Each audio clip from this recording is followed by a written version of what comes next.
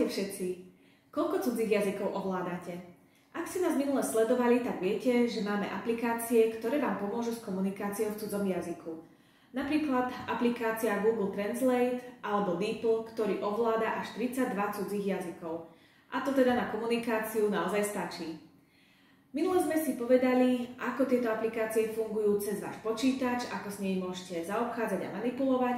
No a dnes vám môj kolega Marin ukáže, ako tieto aplikácie môžete ovládať cez váš mobilný telefón. Takže poďme sa na to pozrieť. Dobrý deň, dnes si ukážeme, ako používať DeepL a Google Translate z telefónu. Aj keď ich môžete používať v prehľadači, ako napríklad Google Chrome, najlepšie je stiahnuť si aplikácie. Je to veľa pohodlnejšie. Môžete to urobiť tak, že pôjdete do obchodu Play a nájdete a nainštalujete aplikácie DeepL alebo Google Translate. Ako vidíte, my to máme už nainštalované, ako DeepL, tak aj Google Translate, a po nainštalovaní môžeme aplikácie hneď používať. Začneme aplikáciu DeepL.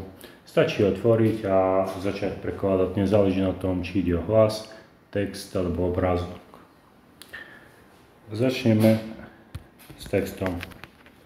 Napíšeme napríklad niečo v angličtine.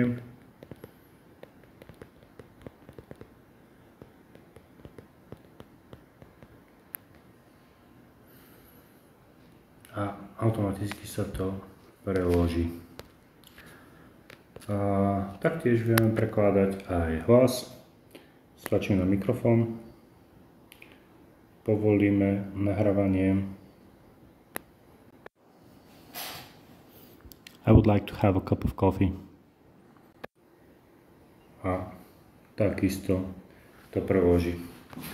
Okrem toho vieme preložiť aj dokument, fotku alebo hociaký súbor. Teraz si to ukážeme v praxi. Napríklad tu máme listok, ktorý je z nemeckej železnice. Nastavíme jazyk na nemecký a automaticky nám to všetko preloží. A jednoducho si môžeme prečítať dôležité informácie. No. Potom budeme pokračovať aplikáciou Google Translate.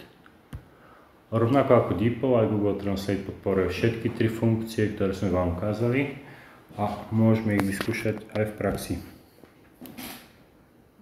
Tak, zadáme najprv text.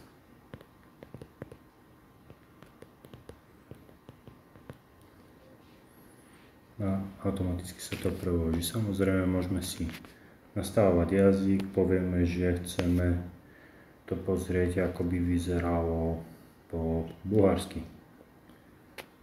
A hneď sa preklad upraví.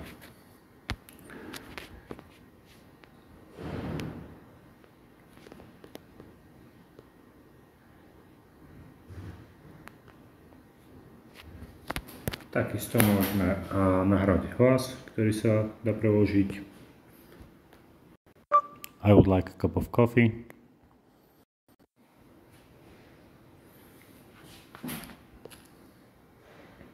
A takisto